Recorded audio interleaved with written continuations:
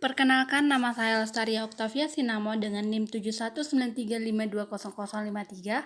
Pada kesempatan ini, saya akan menjelaskan tentang flowchart sistem pencatatan utang dan pengeluaran kas dengan C, di mana dimulai dengan fungsi penerimaan.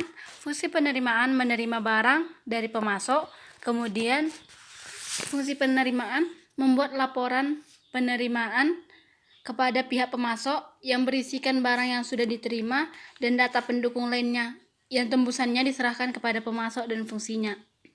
Fungsi penerimaan menyerahkan faktur lembar pertama, lembar kedua, dan data pendukung lembar pertama ke fungsi pembelian.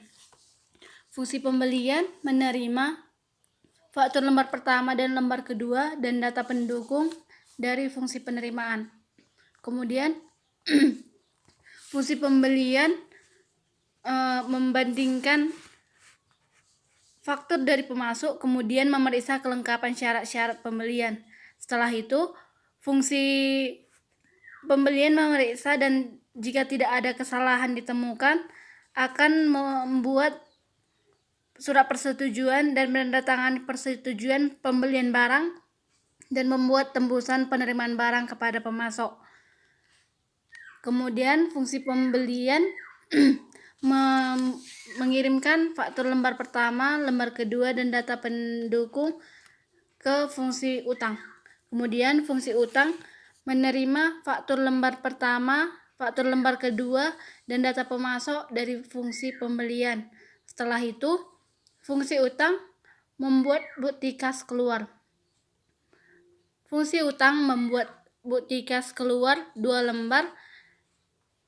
Sebelum dikirimkan ke fungsi kas, bukti kas keluar ini lembar pertama dan kedua digunakan untuk registrasi bukti kas keluar. Setelah registrasi bukti kas keluar, fungsi utang mengirimkan bukti kas keluar lembar pertama, lembar kedua, dan data pendukung ke fungsi kas. Setelah itu, fungsi kas menerima bukti kas keluar lembar pertama dan lembar kedua dan data pendukung, kemudian mengisi C dan meminta otoritas C. Setelah dilakukan pengisian C, fungsi kas kemudian mengirimkan C dan bukti kas keluar lembar pertama ke kreditur, sedangkan bukti kas keluar lembar kedua dan data pendukung dikirim ke fungsi akuntansi.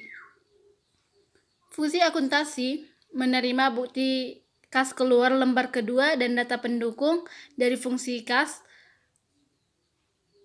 Sebelum disimpan secara permanen, fungsi akuntansi menggunakan bukti kas keluar lembar kedua dan data pendukung untuk registrasi C. Kemudian, fungsi akuntansi menyimpan data bukti kas keluar lembar kedua dan data pendukung secara permanen berdasarkan nomor urut. Kemudian selesai. Sekian penjelasan saya tentang flowchart sistem pencatatan utang dan pengeluaran kas dengan C. Sekian dan terima kasih.